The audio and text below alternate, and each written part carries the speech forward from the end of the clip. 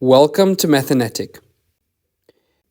So here you can see that we have three types of box and whisker diagrams.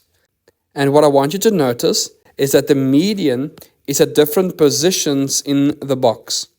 In the first one, it is quite central. In the second one, the median is towards the left. And in the third one, the median is towards the right. Now, a common mistake from my experience that teachers and students make is that they discuss skewness based on the position of the box, so the position of the median on the box. But to be more accurate, you need to discuss skewness by comparing the mean or the average of the data with the median of the data. And that will give you actually a more accurate description of where the skewness is. So if our mean is equal to the median, then we say the data is symmetrical and that there is no skewness and the data is normally distributed. So that means that our average and our median is exactly the same value.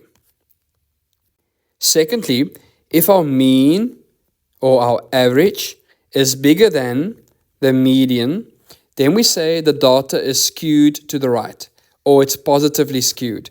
And what I want you to do actually is see the box and whisker diagram as a sort of number line.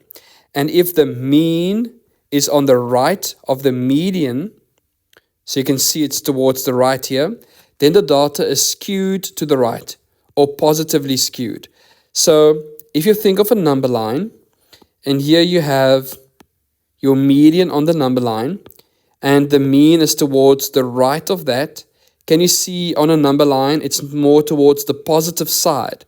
So we say the data is positively skewed, or skewed to the right. And then lastly, we have the mean that is smaller than the median.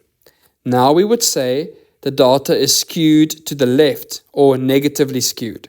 So it's not about the size of the box, it's actually about the position of the mean.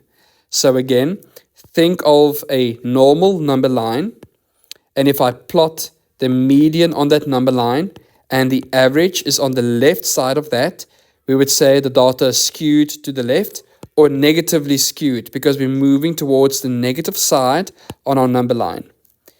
And that is the correct way of interpreting skewness of data.